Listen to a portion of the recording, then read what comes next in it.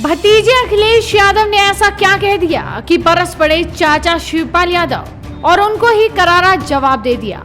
मुलायम यादव के कुनबे में 3 साल बाद एक बार फिर से जोरदार टकराव शुरू हो गया है।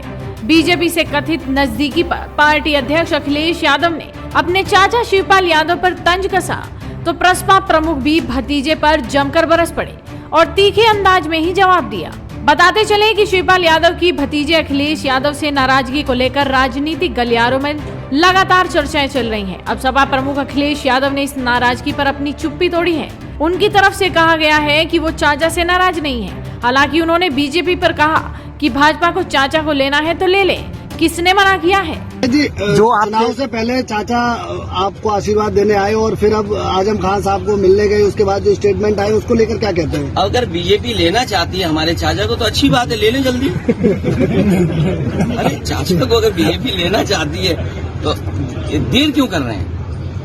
आप खुद सोचिए ना कि बीजेपी के लोग आखिरकार देर क्यों कर रहे हैं। अध्यक्ष जी, आजमगढ़ और रामपुर से किसे प्रत्याशी बनाए हैं? लेट क्यों कर रहे हैं? अध्यक्ष जी, नाराजगी का कारण क्या है? चाचा से आपकी नाराजगी? मुझे नहीं नाराजगी पता, ये बीजेपी बता सकती है कि वो क्यों खुश है।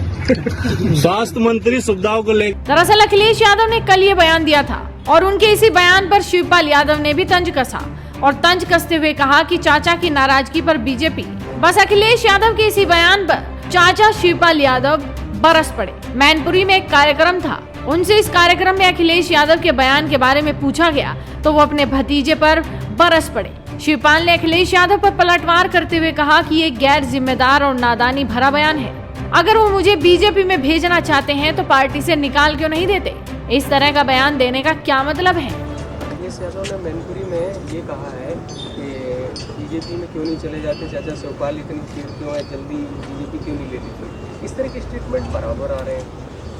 तो ये गैर जिम्मेदाराना बयान है, नादानी का बयान है ये। अब वैसे तो मैं समाजवादी पार्टी के 11 जो विधायक जीते हैं उनमें से हैं। अब पता नहीं उन्हें अगर यही भाजपा में भेजना है तो फिर निकाल देना चाहिए उनको। और पहले ही मैं तो कह चुका हूँ कि कोई भी बात होगी तो जब भी उचित समय होगा तो उचित समय से आप लोगों को अवगत करा देंगे। अब एक आपका बयान आया था कि आजम खान की रिहाई के लिए अगर नेताजी की अगुवाई में समाजवादी पार्टी धरना प्रदर्शन करती तो उनकी रिहाई हो जाती।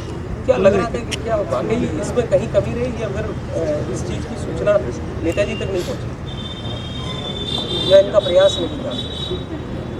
देखिए, आजम साहब के साथ जुर्म हो रहा है, छोटे छोटे केस लगाए जा रहे हैं, बराबर लगाए जा रहे हैं। और वो समाजवादी पार्टी के सबसे सीनियर विधायक हैं, विधानसभा में सबसे सीनियर विधायक हैं। 10वीं बार विधायक चुने गए हैं, एक बार सांसद भी रहे, एक बार राज्यसभा के सदस्य भी रहे। तो लोकसभा में भी जब सदस्य थे तो उनकी आवाज़ लोकसभा में भी उठानी चाहिए था, विधानसभा में भी उठानी चाहिए था। उनसे जब सबसे सीनियर विधायक हैं तो इसलिए मैंने कहा कि नेताजी की अगुवाई में पूरा देश जानता है कि देश के प्रधानमंत्री मोदी जी नेताजी का सम्मान करते हैं।